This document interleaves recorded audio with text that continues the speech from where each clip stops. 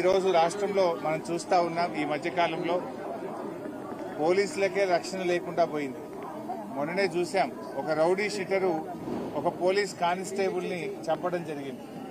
ఇది చాలా దురదృష్టకరమైన సంఘటన. అంటే హోంమంత్రిగా ముఖ్యమంత్రి ఉన్నాడు, ముఖ్యమంత్రి హోంమంత్రి, హోంమంత్రి ముఖ్యమంత్రి.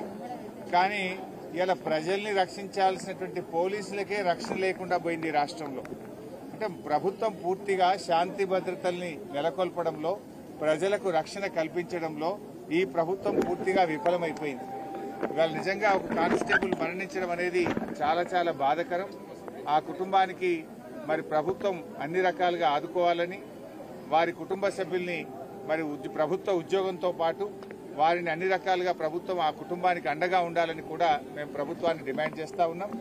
దీన్ని రివ్యూ చేసుకోవాలి. నిజానికి నైతిక విలువలుంటే, బాధ్యతలుంటే ఆ రోజుల్లో హోంమంత్రులు రాజీనామా చేసేవాళ్ళు. కానీ ఈ ముఖ్యమంత్రికి అట్లాంటివి ఏమీ లేవు.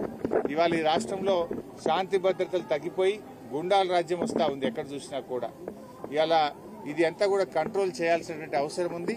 మరి పోలీసులు ఇలా ప్రజల ప్రాణ మాన రక్షణను కల్పించేటువంటి పోలీసులకు ఇలా రక్షణ లేని పరిస్థితులు ఈ రాష్ట్రంలో ఏర్పడడం అనేది చాలా దురదృష్టకరం. మరి అమ్మవారిని కూడా మేము ప్రార్థిస్తాం, రాష్ట్రంలో మరి ఇంకా శాంతి భద్రతలు నెలకొల్పాలి, రాష్ట్రంలో ఇంకా మంచి అభివృద్ధిలో ముందుకు సాగాలి అని చెప్పి అమ్మవారిని కూడా ప్రార్థిస్తాం.